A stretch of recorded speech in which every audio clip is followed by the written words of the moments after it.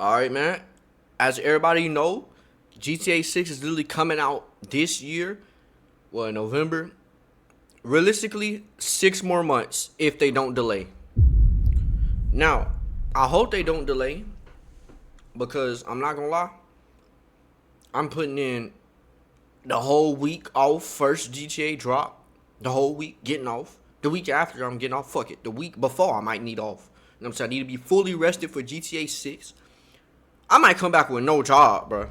I'm not gonna lie, bro. Cause when GTA 6 drop, 24-hour streams. When Grand Theft Auto 5 launched in 2013, it made $1 billion in 3 days. Damn. And it didn't stop there. Over the next decade, more than 200 million people stepped into Los Santos and kept coming back. Most studios would call that a legacy, but for Rockstar, it's a trap. Because making a game of that scale comes at a cost. The creative lead behind every GTA story left in 2020. The gap between games stretched past a decade, and the budget ballooned into the billions, all while expectations kept growing. Which is exactly why GTA 6 won't be like GTA 5, because GTA 5 already did everything it was supposed to do. So the real question is, how do you even follow up something like that? I think it's gonna be valid.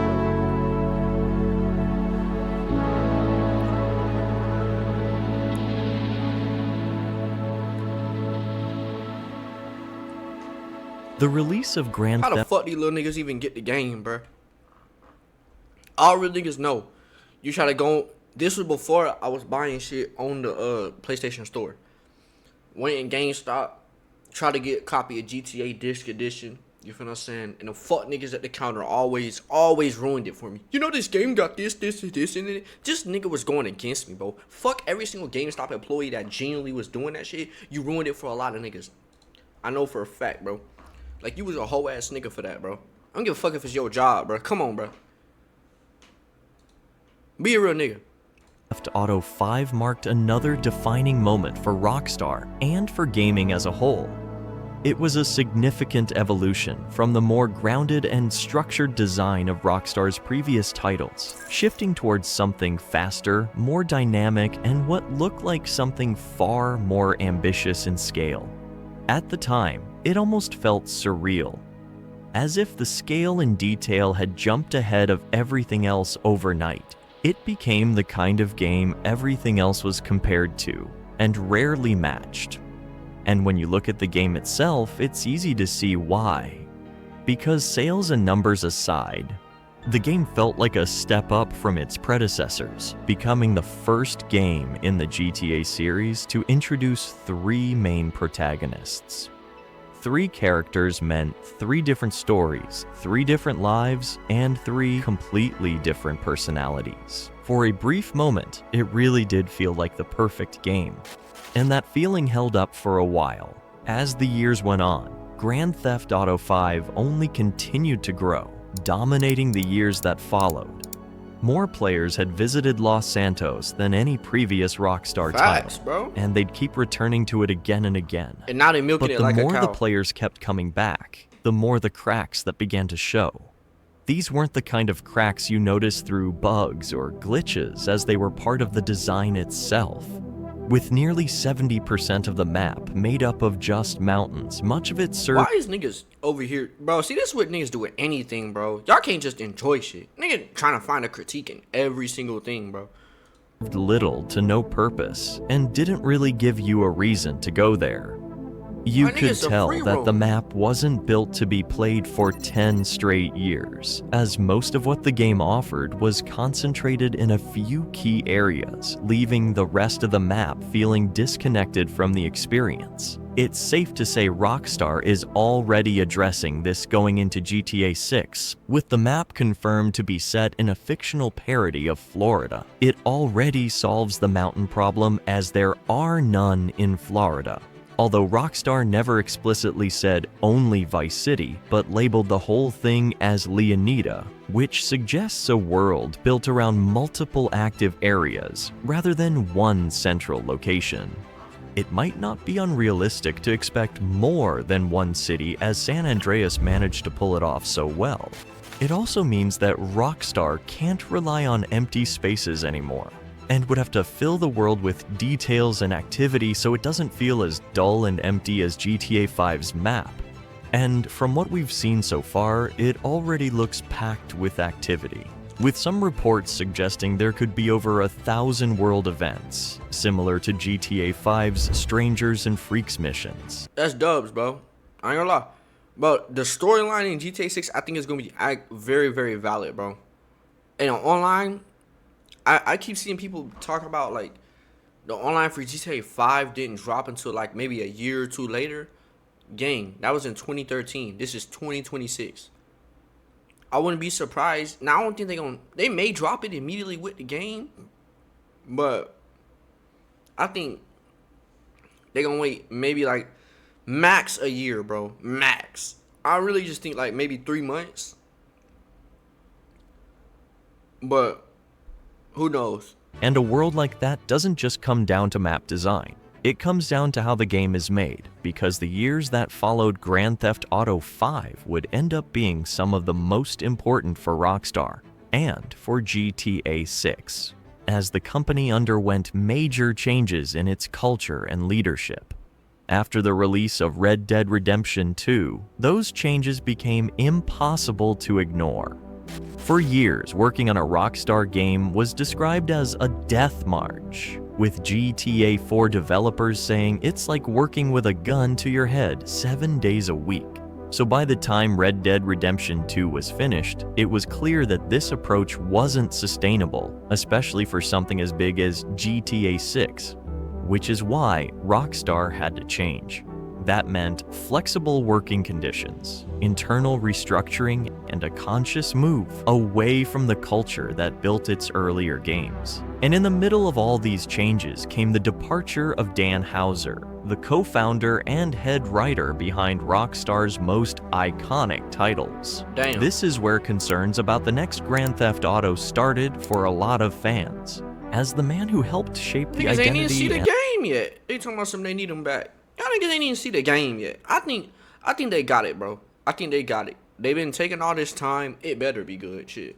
the tone of these games left when it was time to make arguably the biggest entertainment product of all time. Those concerns only grew larger when he later confirmed that he had no involvement in the development of GTA 6, though he still believed that the game will be great.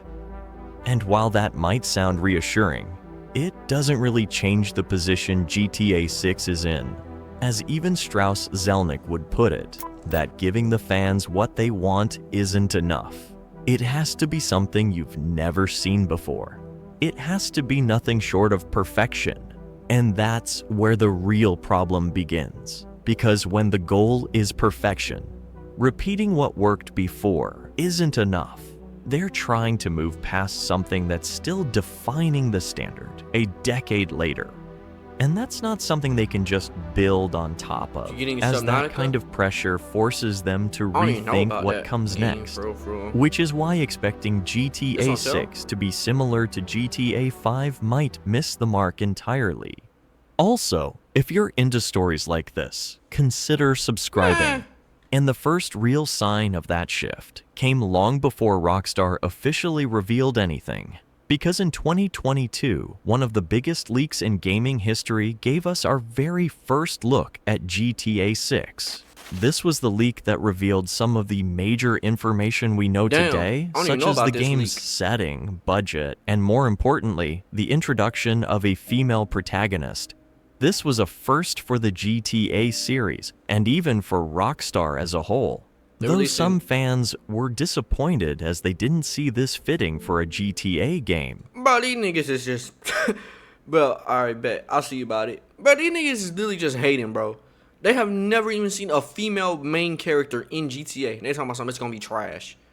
Gang. Bro, these niggas be tweaking, bro. I think they're gonna be valid, bro. Female character that's gonna add a new refreshing, you know what I'm saying, fresh breath of fresh air to the game. You're gonna be able to do side quests, shit with the female characters. Same with the dude. I think that's a good approach, bro. That's a good approach. That's a step up from GTA 5. Because GTA 5, you got 3 dudes. GTA 6, 1 dude, 1 female. It's nothing like GTA 5. Fans were disappointed as they didn't see this fitting for a GTA game. Yet this had always been something Dan Houser wanted, as he said in an interview with The Guardian. It's one of the things that we always think about. It didn't feel natural for this game, but definitely for the right game in the future, it could be fantastic. This leak also gave us a major hint at the direction Rockstar is taking with this title, choosing to focus more on realism and immersion rather than the chaos that defined GTA 5. There were clips showing a time until dispatch system for cops, with the option to also negotiate with them when they arrive, and even a surrender button, which is a big step up from the broken cops of GTA 5. This change in focus also reflects in the characters too, as a relationship-driven story is entirely new for GTA. Leaks even hinted that your actions could influence how their relationship develops over time, potentially even inspired by the honor system in Red Dead Redemption 2. And when a system like that is part of the game, it changes what the story revolves around. Even the branding starts to reflect that, as GTA 5's green identity was closely tied to money and greed, while GTA 6's pink and purple tones lean more into the Vice City aesthetic, shaped by nightlife, image, and the social media culture. And look at the drip, bro. Y'all gotta catch the good aesthetic, shit, bro. Shaped by nightlife, image, and the GTA 5 chains is dookie. Look at this, bro. Already we got good multi-layered chains, bandanas, head, like different hairs. You feel me? And the social media culture you see reflected in its first trailer, which is a clear break from the formula GTA 5 was built on. Rockstar isn't trying to create a GTA 5.5 here. They're trying to outgrow it instead. And that alone changes what this game is supposed to be. So when you step back and look at everything that's changed, the studio, the leadership, and the culture, you start to realize this was never about just making another GTA. This isn't just a new city or a new story. It's a shift in what Rockstar believes a Grand Theft Auto game should be. And once that changes, everything around it changes too. What you expect from it, how it feels to play, and what it's trying to become. Because GTA 5 defined a decade. I would say I'm gonna beat the story first before I even touch online, because I want to fully enjoy the game. Now GTA 6 is trying to define the next one. And you don't do that by holding on to the past. You do it by moving beyond it. I definitely think that shit gonna be fire, bro. Definitely think that shit gonna be fire. Bitch, got them hoes, yeah. My whole prostitute, yeah. My whole do what she wanted to do. I'ma fuck that bitch in the back of the coupe. Ain't going outside, can't fuck with these dudes. Got a bag on me, put a bag on you. Bing black in the back of the spot, holding the block. Get fucked by dudes, yeah. Look at these bags.